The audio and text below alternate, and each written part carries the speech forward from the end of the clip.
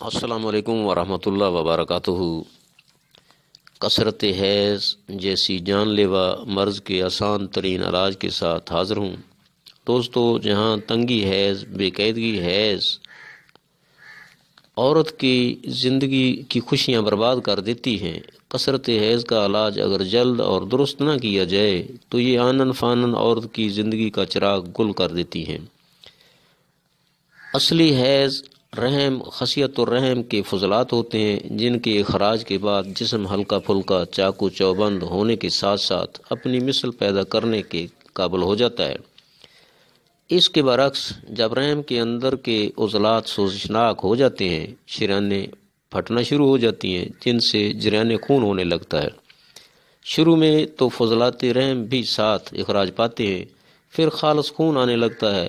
لیٹی رہے تو کچھ خون رحم میں رک جاتا ہے، جب کھڑی ہو کر چلنے لگتی ہے تو وہی رکا ہوا خون لوتھڑوں کی شکل میں نکلنا شروع ہو جاتا ہے۔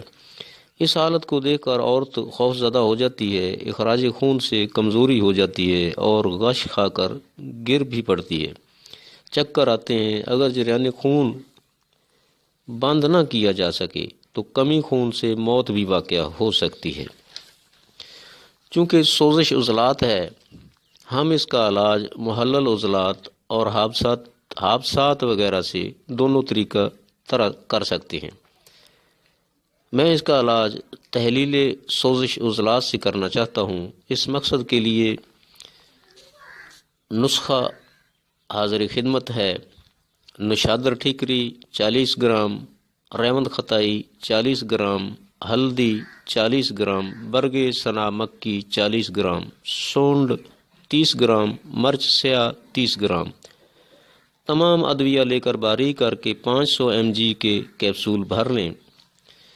ہر 3 گھنٹہ کے وقفہ سے تازہ پانی سے 2 کیپسول دیتے جائیں۔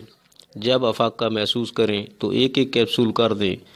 انشاءاللہ 3-4 دن کے اندر علاج سے مریضہ صحت یاب ہو جائے گی۔ اس کے ساتھ ساتھ آپ غذا بھی اعصابی کر دیں، یعنی غذا کے اندر کوئی خشک چیز اور گرم چیز نہیں ہونی چاہیے۔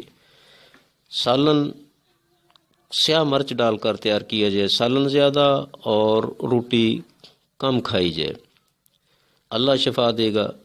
یہ ایک آسان سا طریقہ علاج ہے ایک جان لیوا مرض کا۔ اللہ کے فضل و کرم سے آپ اس طریقہ علاج سے عورت کو موت کے منہ سے بھی نکال سکتے ہیں۔ دوستو، ہماری ویڈیو اگر پسند لگے شیئر کریں، سبسکرائب کریں، کمنٹس دیں۔ شکریہ۔ اگلی ملاقات تک کے لیے اللہ حافظ۔ السلام علیکم ورحمۃ اللہ وبرکاتہ۔